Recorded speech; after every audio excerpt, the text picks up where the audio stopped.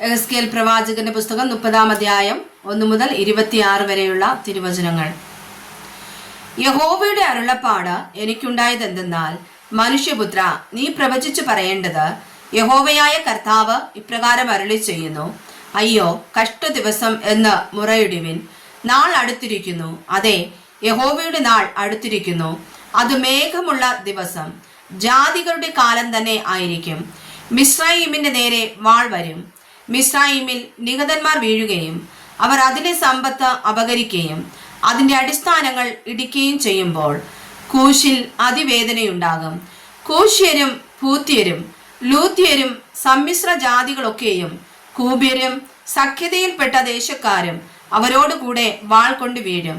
യഹോവ ഇപ്രകാരം അരുളി ചെയ്യുന്നു: മിസ്രയീമിനെ താങ്ങുന്നവർ വീഴും, അതിന്റെ ബലത്തിന്റെ പ്രതാപം താണുപോകും. സെവോനെ ഗോപുരം മുതൽ അവർ വാൾ കൊണ്ട് വീഴും എന്ന് യഹോവയായ കർത്താവിന്റെ അരുളപ്പാട്. അവർ ശൂന്യദേശങ്ങളുടെ മധ്യേ ശൂന്യമായി പോകും. അതിലെ പട്ടണങ്ങൾ ശൂന്യ പട്ടണങ്ങളുടെ കൂട്ടത്തിൽ ആയിരിക്കും. ഞാൻ മിസ്രയീമിന് തീ വെച്ചിട്ട് അതിന്റെ സഹായക്കാരൊക്കെയും തകർന്നു പോകുമ്പോൾ ഞാൻ യഹോവയെന്ന് അവർ അറിയും.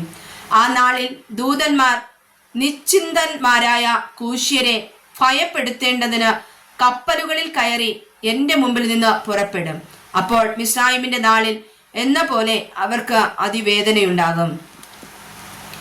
ഇതാ അത് വരുന്നു, യഹോവയായ കർത്താവ് ഇപ്രകാരം അരുളി ചെയ്യുന്നു: ഞാൻ ബാബേൽ രാജാവായ നെബൂഖദ്നേസറിന്റെ കയ്യാൽ മിസ്രയീമിന്റെ പുരുഷാരത്തെ ഇല്ലാതാക്കും.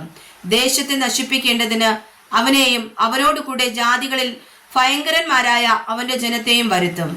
അവർ മിസ്രയീമിന്റെ നേരെ വാൾ ഊരി ദേശത്തെ നിഹതന്മാരെ കൊണ്ട് നിറയ്ക്കും.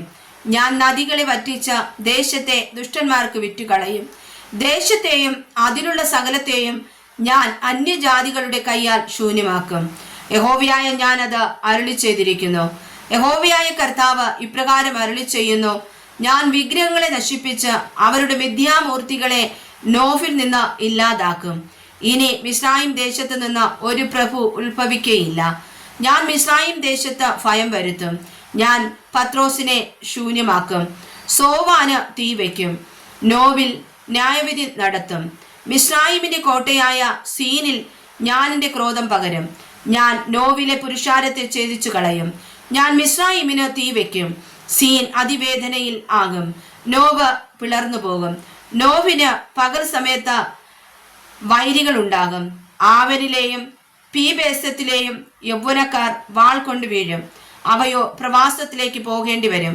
ഞാൻ മിസ്രയീമിന്റെ നുകം ഒടിച്ച് അവളുടെ ബലത്തിന്റെ പ്രതാപമില്ലാതാക്കുമ്പോൾ തഹഫ്നേഹേസിൽ പകൽ ഇരുണ്ടുപോകും. അവളെയോ ഒരു മേഘം മൂടും. അവളുടെ പുത്രിമാർ പ്രവാസത്തിലേക്ക് പോകേണ്ടി വരും. ഇങ്ങനെ ഞാൻ മിസ്രയീമിൽ ന്യായവിധികളെ നടത്തും. ഞാൻ യഹോവയെന്ന് അവർ അറിയും. 11-ാം ആണ്ട് 1-ാം മാസം 7-ാം തീയതി യഹോവയുടെ അരുളപ്പാട് എനിക്കുണ്ടായതെന്തെന്നാൽ, മനുഷ്യപുത്ര, മിസ്രയീം രാജാവായ ഫറവോന്റെ ഭുജത്തെ ഞാൻ ഒടിച്ചിരിക്കുന്നു.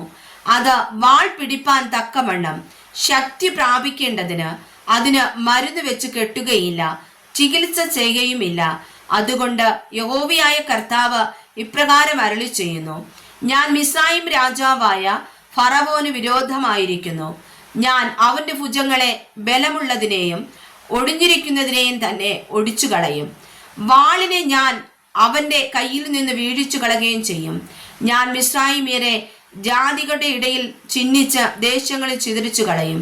ഞാൻ ബാബേൽ രാജാവിന്റെ ഭുജങ്ങളെ ബലപ്പെടുത്തി എൻ്റെ വാളിനെ അവന്റെ കയ്യിൽ കൊടുക്കും. ഫറവോന്റെ ഭുജങ്ങളെയോ ഞാൻ ഒടിച്ചു കളയും. മുറിവേറ്റവൻ ഞരങ്ങുന്നത് പോലെ അവൻ അവന്റെ മുമ്പിൽ ഞരങ്ങും. ഇങ്ങനെ ഞാൻ ബാബേൽ രാജാവിന്റെ ഭുജങ്ങളെ ബലപ്പെടുത്തും.